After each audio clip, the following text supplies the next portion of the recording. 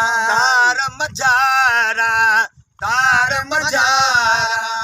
बेड़ी तरी थी वञे सरदार जे सदके थोरो घुरो था झोल भरी थी वञे सरदार जे सदके तार मजारा बेड़ी तरी थी वञे सरदार जे सदके ओ कहर में आयूं अगलियूं क़ौमूं कहर में आयूं अगलियूं क़ौमूं ओ छा न कयो वा सोच त तो मूं ओ छा न कयो सोच त तो मूं सिर त मुसीबत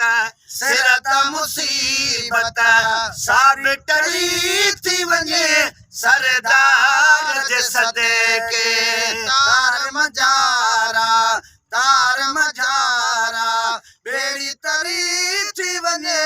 सरदार जे सदके ओ खोड़ ॾिठासीं झुड़ ऐं झोला ओ खोड़ ॾिठासीं झुड़ ऐं झोला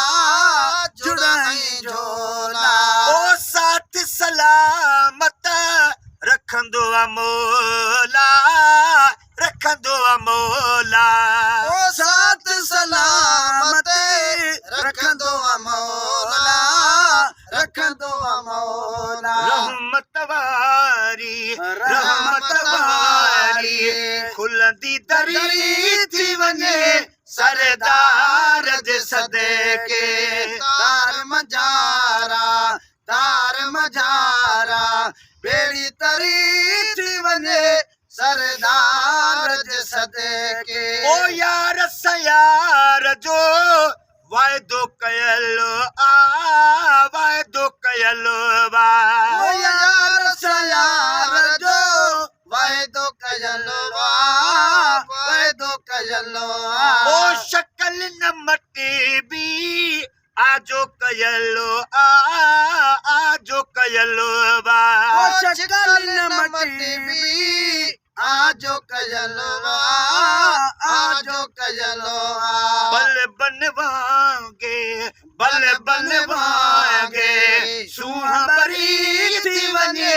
सरदार जे सदके तार मजारा बेड़ी तरी थी वञे सरदार जे सदके ओ चाहत चाड़ी चढ़ो त मज़ोबा चढ़ो त मज़ोबा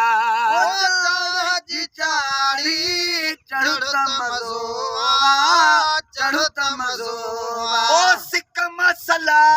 तू पढ़ो त मज़ोबा ओ सिक मसला तू पढ़ो त मज़ोबा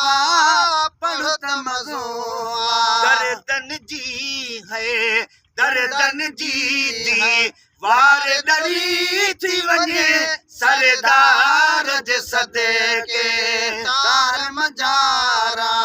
तार मजारा बेड़ी तरी थी वञे सरदार जे सदके ओ अहिड़े प्रिया सां अज़मी वफ़ा करे प्रिया सां अज़मी वफ़ा करे ओ शर्त इहो बा दिल खे सफ़ा करे ओ शर्त इहो बा दिल खे सफ़ा करे